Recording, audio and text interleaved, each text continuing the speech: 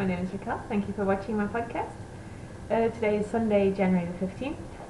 This here is Rusty. He's wanting some attention at the moment. Dakota and Soot are somewhere here in the living room. Back at my place today. Last week I was at my parents' place, and I can see Soot's tail over there. Right there. He's where he's not supposed to be. I'm just gonna get him.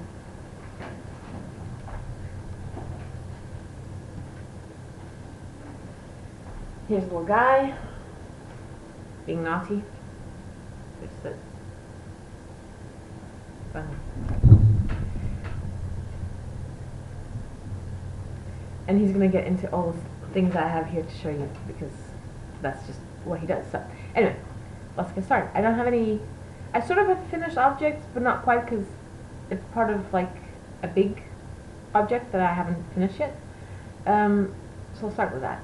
And Rusty, you're gonna have to stop now, okay? Yeah. Okay. Good boy. Okay. So like I said, I sort of have 4 finished objects, but not quite because they're part of a bigger project that I'm making, and that is obviously not finished. Rusty, no. Nope. Okay. So what I started was, I showed you last week, I had a whole bunch of sock yarn left over from the big blanket I made finished this year, and I decided to make a pinwheel blanket following a free pattern found on Ravelry, but it's from the Karen website, and I think it's the baby country quilt.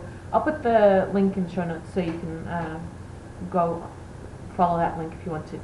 And I'm following the pattern more or less exactly. Where it says to do wrap and turns, I'm just doing the German short rows. It's easier.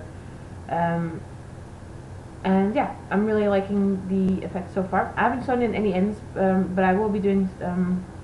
So what I'm planning is making 48 squares. 6 by. It's going to be a blanket of 6 by 8 squares, and every time I finish like one row, I'll just weave in all the ends, do the crochet border around each square, and attach it all together, and then go do one row at a time. So at the moment I have 4 squares done, and this is the first one I made, this is the second one I made, this is the third one, and this here is the fourth one. And this is all, I think, basically everything from socks except for this one. This is a square of only my first RGO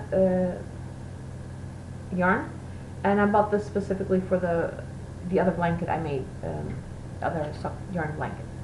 So, but the rest is all yarn from socks that I've used, yarn that I bought to make socks and I've actually used to make socks.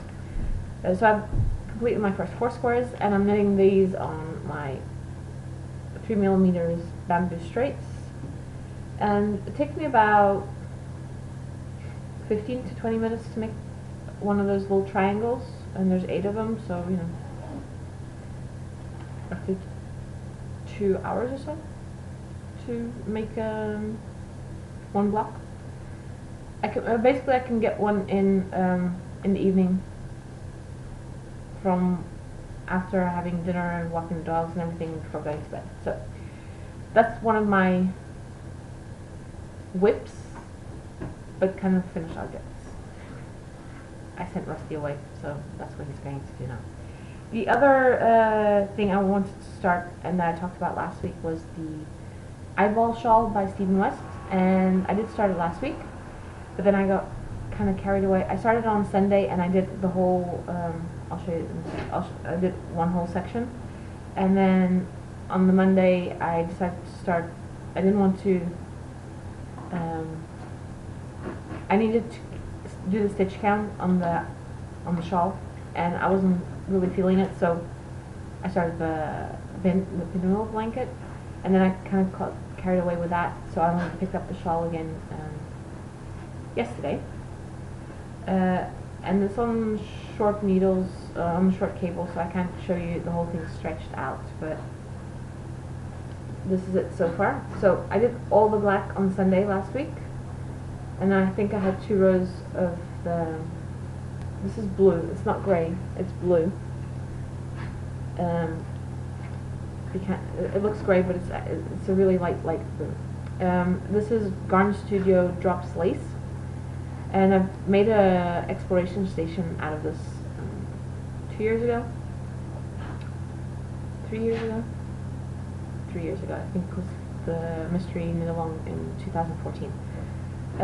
So I really like this yarn. I have a whole bunch left over, and I have this. This is a whole new skein, and then I still have all of this for the white. This is the next color I'm going to be using, and I still have this little bit left over of the original black that I started using. So I have quite a bit left over, and I still have left over from the other 2 colors that I used, which were a gray and a dark violet. So I have plans for those as well. So that's basically my works in progress at the moment. I'm just closing the bag so that if Sid decides to come over here, he doesn't get into it. Yeah, I haven't been knitting on anything else. Yesterday I was at Ovelha Negra. I was giving a workshop on the flax sweater, so how to make the sweater, and I think it went pretty well. I had 4 people following the class. It's in 2 parts, so on the 18th of February I'll be doing the second half of the lesson. So yesterday we just went through our gauge swatches, did all the calculations necessary to get to decide on what size we were going to make, or each person or what their size was going to be, and depending on the yarn and needle that they'd chosen. And then they started the sweater. We did, I think almost everyone got the cup done. And yeah, so by the time the next lesson comes around, the idea is for them to all have it up to the point where you're going to separate for the sleeves and for the body. And by that time I'll make a small, seeing as I have to make a small baby version of it anyway, so I'll use that one as an example on how to show how to put do the separation of the sleeves and the body stitches. So yeah, like I said, I spent the morning there yesterday, and then I had I had lunch with a friend at Miss Pavlova, and then I rushed home because I had my parents' dogs over here the whole afternoon and the whole evening, which wasn't actually too bad. They pretty much behaved themselves, and because they came in fairly calmly. Last time that they came over, they came charging into the house, and Soot completely freaked out, and he was hardly anywhere to be seen the rest of the day. But because they now came in fairly quietly and calmly and everything, Soot was okay. He just walked around. Zada, that's Rusty's sister, does not like Soot whatsoever. So she was like stuck to me as much as possible. So I just sat in my chair here, and I had 3 dogs on me. I had Zada, Joe, and Rusty, and Soot wanted to get close to me, but every time he did, Zada growled or whatever. So he just laid off to the side. I don't think he was too happy about that, because where Zada was on my lap is usually his place on my lap, so I don't think he was too happy with it. If you hear any noise, Rusty's playing with Soot over there by the window. So yeah, only other thing I have to show you, back to being at Ovelha. I was there, and workshop had finished, and I seen that there was a lady waiting for something, but I thought maybe Marcia, who's there on Saturdays, helping out at the store, was maybe helping her with something. But then she said no, that the lady was waiting for me. She wanted to talk to me, so yeah, the lady commissioned me to make a sweater, a tunic length sweater for her, and she wanted something similar to a sample that was hanging at the store, but she wanted it with some modifications. So I said fine, no problem. We took measurements, we decided on yarn, and this is the yarn that she decided on. So it's going to be made with 2 strands of 2 different yarns. One is the Olivia by Ovelha Negra in like the, it's like a really light gray color, and then the other one is the Rowan Kid Silk Haze in this. Yeah, that's more an accurate color. For some reason, it's only midday and the sun hasn't started shining in here yet, so kind of working with shadows here. So I'm going to be doubling these 2 up to make a sweater, a tunic length, a sweater. And she wants it as fast as possible, so I might sit down the plastic bag on my chair. So yeah, she wants this as fast as possible, so I might I'll definitely make a swatch today, as I won't be following an actual pattern. She wanted something similar to the one that was hanging there, but I'm going to need to drastically modify that, so I really need a gauge swatch to determine how I'm going to make this. And I'll do that today, and then work on the rest of work a bit more on the shawl, because actually it's, despite the amount of stitches, at the moment it's still just knitting in the round, so it's fairly fast. And I think the next section is going to be slightly, I'll have to concentrate more, so that might slow me down a bit. So yeah, then the only other thing I have to show you is just before the new year, I saw that Hilltop Cloud was having a sale, and I went onto their online store and saw this gradient kit that I really liked, and it said they had 3 available. So I decided to get 2. That way I wouldn't have to separate the kit. I would just, spin up both kits and then tie those 2 together. But I got an email a couple of days after I made the order saying that there had been a mix-up and there was only actually 1 available, and did they want me to, I could choose something else, or they could refund me the money, like completely or partially or whatever. And I just said, you know what, mistakes happen, I'm not bothered by it, just send me something of equal value to replace the other gradient kit that isn't available. So I haven't removed it from the plastic, and I won't be removing it from the plastic because there's a little boy called Soot that likes to eat fiber. So this is going to be staying in the plastic until I've spun it up. So I got the gradient pack, the crystal gradient pack, which is 30% Shetland, 15% Firestar, and 55% Merino.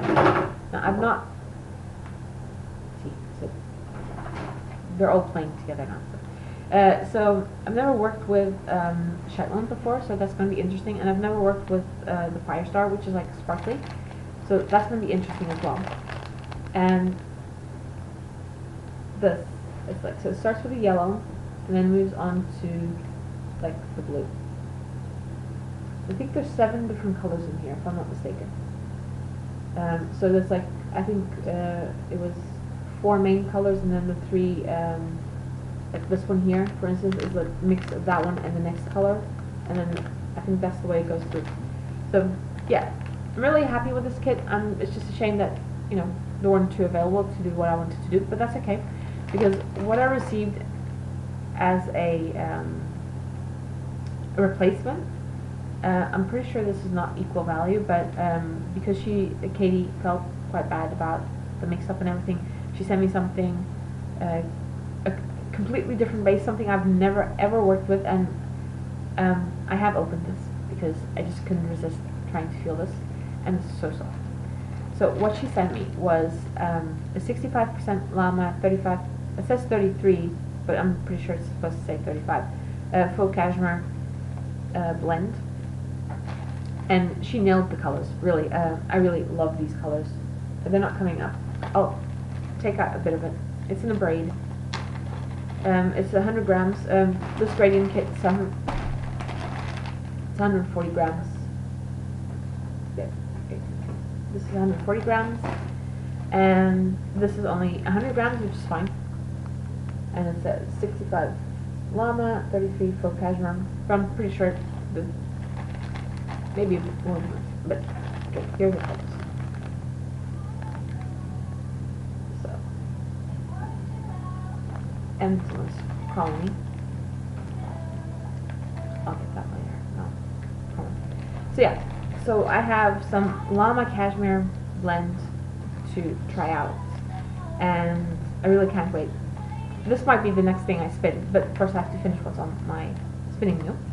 And then, as usual, she sends like a little something, a little thing to start to try out. And this is Ravelry, which I've never tried. That's going to be interesting too. So that's all I have to show you today. I'm pretty sure that was. We'll see. I don't know. I'll call them back. Other than that, it's been a regular week at the office. Yeah, not much going on. It's been pretty quiet, and yeah, I've just been hanging out here, playing with the dogs, walking the dogs.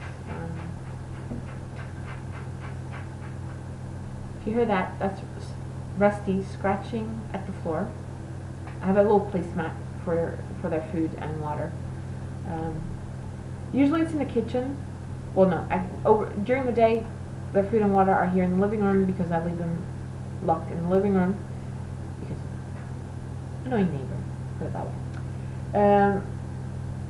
And I can't. And usually in the weekend it's in the kitchen, but I can't do that because if I have the kitchen door open, Soot goes and plays the things he shouldn't play, and knocks things over he should knock over. And so the food is in the living room.